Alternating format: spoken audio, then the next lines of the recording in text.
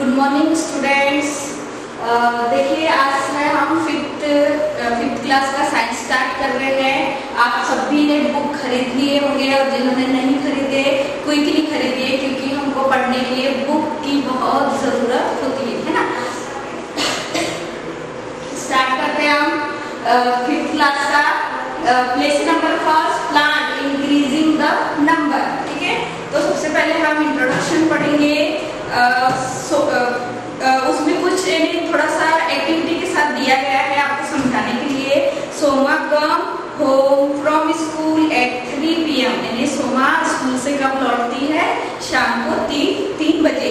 She has lunch which consist of rice curd and vegetables, यानी उन्होंने जो सोमा है उसने अपने लंच में क्या लिए है? दही, चावल और वेजिटेबल्स, है ना, अलग अलग वैरायटी के वेजिटेबल्स इन्हें अपने लंच में। Now it is 8 PM, she is having dinner with her family, और रात को 8 बजे अपने फैमिली के साथ वो क्या कर रही है? डिनर। ठीक है, then discuss with your friend and write the name of at least 6 food item which you eat for lunch and dinner. ठीक है, तो अभी आप अपने फ्रेंड से फोन पे डिस्कस कर सकते हैं, बट आपके घर में जो आपके भाई है, बहन है, मम्मी पापा है, आप उनके साथ फूड आइटम डिस्कस कर सकते हैं।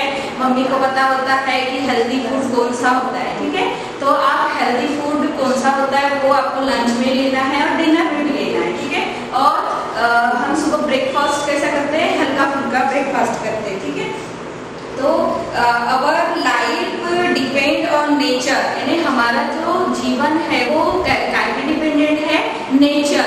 अब नेचर में जनरली किस पे डिपेंडेंट है?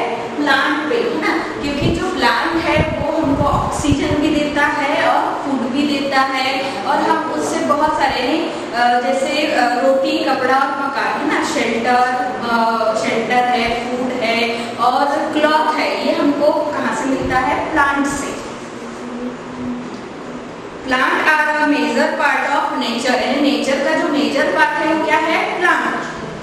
प्लांट गिव अस फूड, यानी प्लांट हमको क्या देता है? फूड, यानी भोजन। Cereals, pulses, vegetable and fruit come from plant, यानी ये जो सीरियल्स है, अनाज है, दाल है, वेजिटेबल्स है, यानी एक सब्जी है, फ्रूट है, ये सभी हमको किससे मिलता है? प्लांट से, है ना, प्लांट से हमको मिलता है।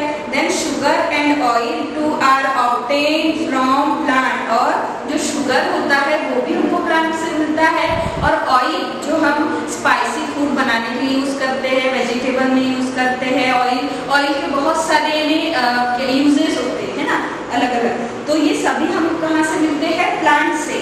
Plant provide us with wood, fiber, rubber, gum, tea and coffee also, है ना, यानी सिर्फ हमको भोजन ना देकर हमारे जीवन में जितने भी सामग्री की जरूरत होती है वो सभी हमको कहाँ से मिलते हैं? प्लांट से। Plant supply us with life giving oxygen, और सबसे जो मेजर पार्ट है हमारे जीवन का प्लांट, वो हमको सबसे महत्वपूर्ण एक चीज देती है, जो हम ऑक्सीजन, जो हम क्या करते हैं? ब्रीथ करते हैं ना, हम जो भी फूड खाते हैं वो डाइजेस्ट होता है, और न्यूट्रिएंट के साथ में जो ऑक्सीजन है वो मिलकर हमको एनर्जी गिविंग करता है ना। तो हम जो ब्रीथिंग प्रोसेस में जो ऑक्सीजन लेते हैं वो भी हमको प्लांट से मिलता है, और जो ऑक्सीजन, कार्बन डाइऑक्साइड जो हम क्या करते हैं? थ्रो आउट करते हैं, वो प्लांट क्या करता है? गिव करता है, और उसको फिर से रिपेयर करके ऑक्सीजन में चेंज करता है फोटोसिंथेसिस प्रोसेस के द्वारा। फोटोसिंथेसिस प्रोसेस के लिए उसको कार्बन डाइऑक्साइड की जरूरत होती है ना, तो वो जो कार्बन डाइऑक्साइड है उसको ऑक्सीजन में चेंज करके फिर से नेचर में वापस कर देता है, यानी इसको हम ऑक्सीजन साइकिल भी बोलते हैं। Plant supply us with life-giving oxygen. Plant help to bind the soil together. Plant tree increase forest wealth and make the surrounding cool and fresh. यानी जो प्लांट है वो क्या करता है? कूलनेस यानी अगर हमारे आसपास बहुत सारे पेड़ है तो ठंडक, उस एरिया में ठंडा मौसम यानी ठंडक बनाए रखता है, और फ्रेश एयर भी हमको देता है। Then forest bring us rain, यानी फॉरेस्ट हमको क्या देता है, रेन, यानी जहाँ पर फॉरेस्ट होता है वहाँ ज्यादा रेनफॉल होता है। तो वहाँ कुछ प्रोसेस होती है जो अपर क्लासेस में आप पढ़िएगा कि कैसे यानी जो इकोसिस्टम है, यानी इकोसिस्टम के द्वारा उसमें आता है ये रेनफॉल कैसे होता है, फॉरेस्ट जो रीजन होता है उसमें। तो हमको ये समझना है कि जो फॉरेस्ट है वो उसके फॉरेस्ट के रहने से वहाँ उस एरिया में रेनफॉल ज्यादा होती है। Life on earth can not exist without plant, यानी प्लांट के बिना हम जीवन को जी ही नहीं सकते, है ना। अगर प्लांट नहीं होगा तो ऑक्सीजन नहीं होगा, फूड नहीं मिलेगा हमको, हमारे जीवन में लगने वाले जितने भी सामग्री है वो हमको नहीं मिलेगी। Then we need to grow more and more plants since we depend on them, यानी अगर हम प्लांट पे डिपेंडेंट है तो हमको ज्यादा से ज्यादा प्लांट क्या करना चाहिए, ग्रो करना चाहिए, है ना। हमारे आसपास हमको प्लांट लगाने चाहिए। More plant would means a continuous supply of plant products to meet our need, यानी अगर हमारे आसपास ज्यादा प्लांट्स होंगे तो हमको एक्सेस में क्या मिलेगा, ऑक्सीजन है, फूड है ना, जो भी हमको जो चीज लगती है, हम ईंधन के रूप में भी लकड़ियों को अपनाते हैं ना, तो ये सभी चीजें हमको मिलेगी, इजीली मिल जाएगी। देन नेक्स्ट टॉपिक है न्यू प्लांट फ्रॉम सीड। अब न्यू प्लांट फ्रॉम सीड यानी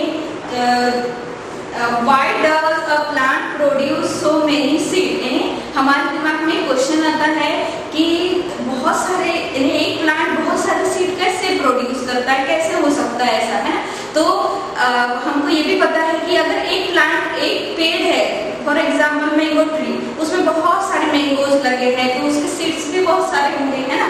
Then they do so because must new plant grow from seed, और वही जो उसका जो फ्रूट है, मैंगो का जो फ्रूट है, वो उस फ्रूट को हम यूज करते हैं, उस सीड को अगर हम ग्रो कर दें तो वहाँ से new baby plant, mango baby plant क्या होगा, वहाँ से ग्रो हो जाएगा। At all seeds do not grow into new plant, यानी सभी, यानी जितने भी, यानी बहुत सारे सीड्स होते हैं लेकिन सभी ग्रो होते हैं या नहीं, कुछ की रेजिस्टेंस पावर नहीं होती, उसके कारण वो ग्रो नहीं हो पाते। some seeds are not fully grow when they are separated from their parent plant. Some seeds are destroyed by strong wind or heavy rain or are eaten by the insect and birds. अब देखिए जो mango tree है, ठीक है, तो mango tree में बहुत सारे लगभग 50 मैंगोज के फ्रूट वहाँ पर लगे, ठीक है। तो जैसे वो ग्रो होना शुरू हुए, क्या हुआ, हवाएं चली, जोर जोर से हवाएं चली तो क्या होगा, वो गिर जाएगा, यानी क्योंकि वो फुल्ली डेवलप नहीं हुआ था तो गिरने के बाद वो ग्रो नहीं हो सकता। दूसरा है जो यानी ग्रो होने के पहले ही जो बर्ड्स है, इंसेक्ट्स है, उसने क्या कर दिया, उसके ऊपर अटैक कर लिया, तो वो और एक डिस्ट्रॉय हो गए। 10 अगर वाइन से गए तो 10 इंसेक्ट्स और बर्ड से गए तो रहे कितने, 30। अब 30 में से क्या 30 जो है उसमें से क्या होता है, वो फुल्ली ग्रो नहीं होने के कारण, यानी उसको अच्छी तरह से नरिशमेंट नहीं मिलने के कारण वो अपने पेरेंट प्लांट से नीचे गिर जाता है, मैंगो ट्री से वो नीचे गिर जाता है। वहाँ पर इसको हम ऐड कर लेते हैं और 10, तो बचे कितने, 20। अब वो जो 20 है वो अच्छे से फुल्ली ग्रो होंगे और उस 20 ही सीड्स कैसे होंगे, वो हम उसको फिर से ग्रो कर सकते हैं क्योंकि वो मैच्योर हो गए, वो जो फ्रूट है वो मैच्योर हो गया, वो पक गया और उसके सीड से प्लांट क्या हो गया, ग्रो हो गया। Then seeds that survive and get favorable condition for their growth grow into new plant. Let's us do the experiment to see the parts of the seeds. अब देखिए जो हम एक एक्सपेरिमेंट से समझेंगे कि जो सीड्स होते हैं वो कैसे ग्रो होते हैं, उसमें जर्मिनेशन प्रोसेस किस तरह से होता है और कैसे उसके लिए जो सीड है उसकी अंदर का स्ट्रक्चर कैसा रहता है, कैसे उसमें से ग्रो होता है। तो एक्सपेरिमेंट फर्स्ट है सोक सम ग्रेन्स। देखिए हमने डाइकोट देखिए, मोनोकोट देखिए, ठीक है। डाई मीन्स 2 होता है, मोनो मीन्स 1 होता है। आपको ये भी डायग्राम आपके कॉपी में ड्रॉ करना है और ये इसका भी, ठीक है। ये राइस है, राइस का है, तो आपको राइस का भी ड्रॉ करना है क्योंकि ये कैसा होता है मोनोकोट, और ये जो ग्राम सीड है वो कैसा होता है डाइकोट। नेक्स्ट है जर्मिनेशन ऑफ सीड। अब जर्मिनेट जब होता है सीड को हम क्या करते हैं अपने फील्ड में ग्रो यानी गड़ाते हैं, तब क्या होता है सीड फूलता है, नहीं आसपास का जो सॉइल में वाटर होता है उसको लेकर वो फूलता है, लेकिन ऊपर का जो कोट जो कवर होता है वो क्या होता है फूलता है। इसमें एक प्रोसेस होती है जिसको हम ऑस्मोसिस प्रोसेस बोलते हैं, जिससे बाहर का जो पानी है वो अंदर जाता है, ठीक है।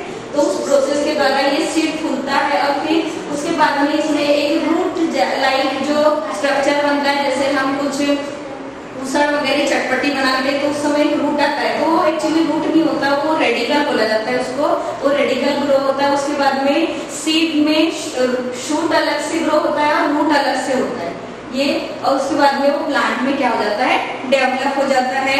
और जो सेकेंड एक्सपेरिमेंट है वो हम नेक्स्ट वीडियो में एक्सप्लेन करूंगी मैं, तो आप होमवर्क लिख लीजिए।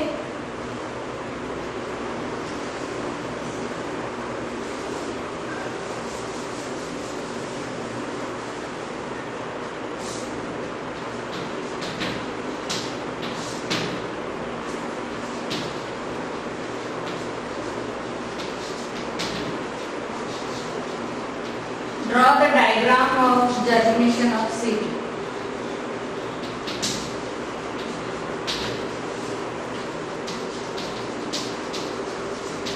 And write experiment first. आपको ये एक्सपेरिमेंट फर्स्ट पूरा लिखना है और डायग्राम भी ड्रॉ करना है। in notebook।